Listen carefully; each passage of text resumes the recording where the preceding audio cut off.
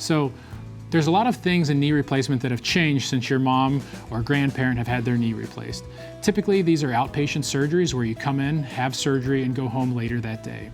Occasionally, we do have to keep you overnight for some reasons, and these can be medical comorbidities, issues that were encountered with the anesthesia, and various other reasons, but most of the time you're home in the first 24 hours after surgery.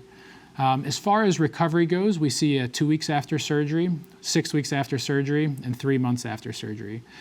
The first 2 weeks after knee surgery can be quite painful. We do have a multimodal approach to that pain control, including elevation, ice, several different types of pain medication to help keep that pain manageable and allow you to start mobilizing your joint. By 6 weeks, a lot of times people are seeing the silver lining where they're thinking that I made the right choice and my knee's starting to feel better. Maybe even getting back to some of the activities that they'd like to try, like chipping and putting if you're a golfer. By 3 months, most people are back to about 90% of where we expect them to be. You're going to continue to see benefit in kind of polishing up that final product for the first year after surgery, but typically by that 3 months point, people are pretty satisfied with their joint replacement.